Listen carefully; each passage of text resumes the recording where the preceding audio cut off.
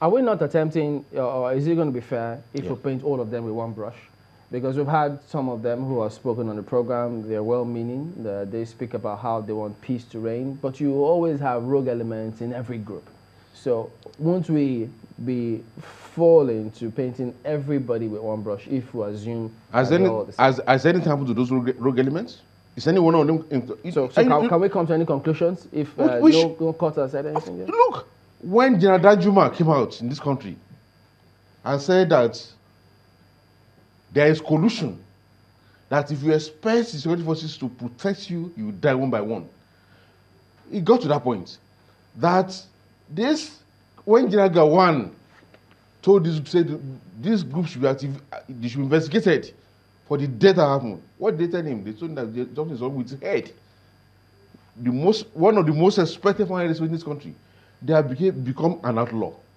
And that not one of, even if we say there are some rogue elements, that not one of them is on trial. You remember what happened after the Benue killing in 1974? The president summoned Governor Tom and the Benue leadership to the villa. And what was his first word? I plead with you, go and find accommodation with your neighbors. The IGP came out. And those who say they are killing people, I didn't know Nigerians. Minister of Defense, and it's because they have blocked cattle routes, that's why they are killing. To date, not one person standing trial. And that same group now have the temerity to say that, they're endorsing the candidate. But Mr. Odumakin, if you even go down, yes, again, a history lane, some of these recent suggestions that they are suggesting that if we go that route, the country may be a lot better. But you remember that many of them have been in positions of power, and they still are. And while they were there, we didn't see them take initiatives or steps to ensure that they put the country on the right path by putting in place some of what they're agitating for today. So isn't it just a political lingo or tool to ensure that they goad the people into aligning with them? Because look, if they get into power, it's not as easy as they think it is to change the whole system just like that. Are you talking about restructuring? Restructuring, the police structure, several other agitations. The Nigerian project today has become a stalemate. Nothing going to happen here. 4 years ago, people go, you're going to give you this, $100, this one. What has changed today? And like I was listening to Mr. Iwani, the economist, talking on TV a few days ago, I said, when you talk about change, that if you are number 6 and you drop to number 3, it's change. So it's only negative change you're going to have if you continue on this trajectory. The federal government said months ago that 2019 they're going to be selling assets to form budget.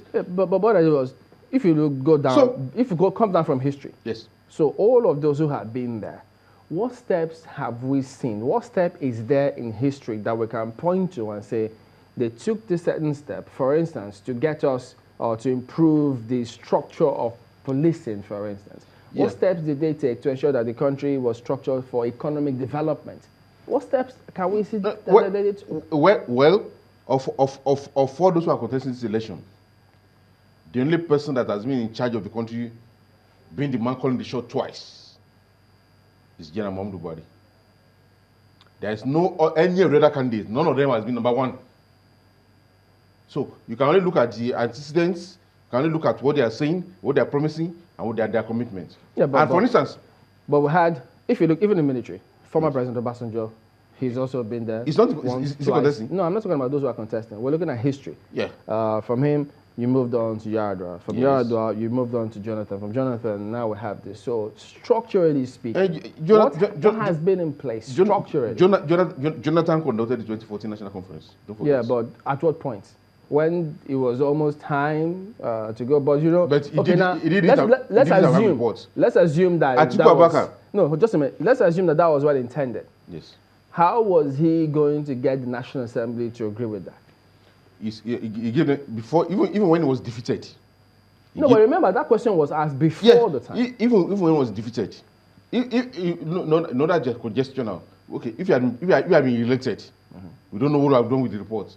But even when he was defeated, he gave the report to the National Assembly and handed it over to General Buhari. Who says he's not interested in introducing it? There are portions of that report that he could have handled from the president. Objectively. Those are not fundamentals. The fundamentals require constitutional changes.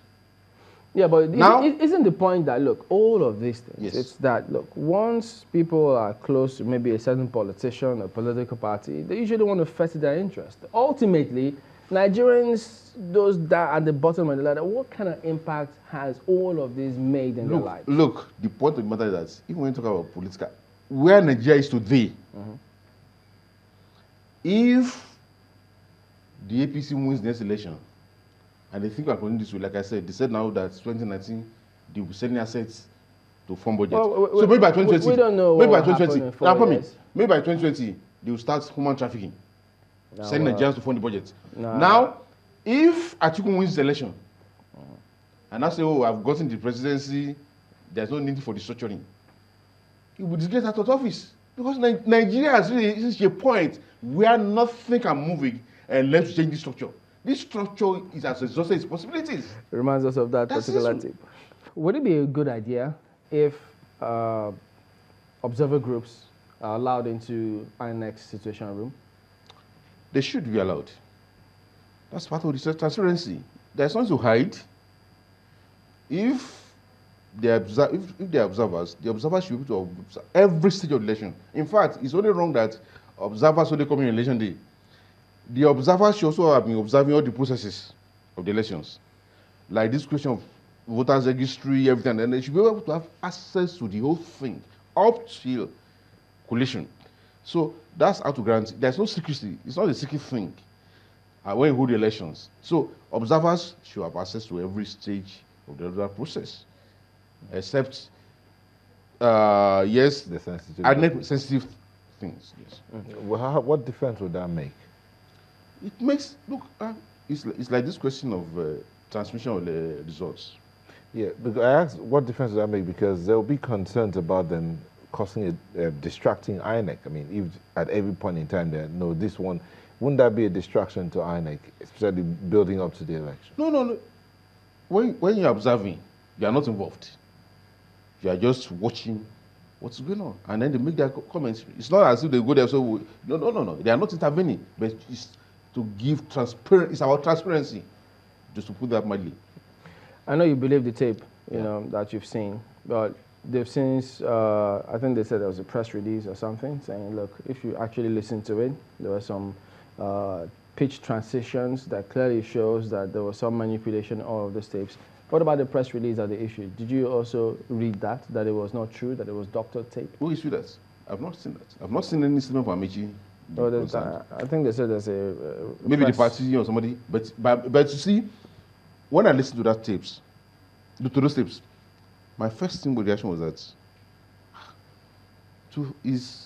if there's somebody being high to begin to say those things about your principal. Yeah, does that mean that suggests you believe the hook, line, and sinker first? No, what happens with the benefit of the doubt? The benefit of the doubt is there. But again, where that's been removed gradually, I know Nigerian politicians, even if they are caught in the very act of a crime, the first is to deny.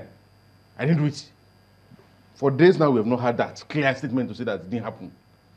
And when you listen carefully and you listen to other speeches, you always see that this is almost a similarity. And in any case, when you study the character of a person, how the person talks, you can see that childlike attitude.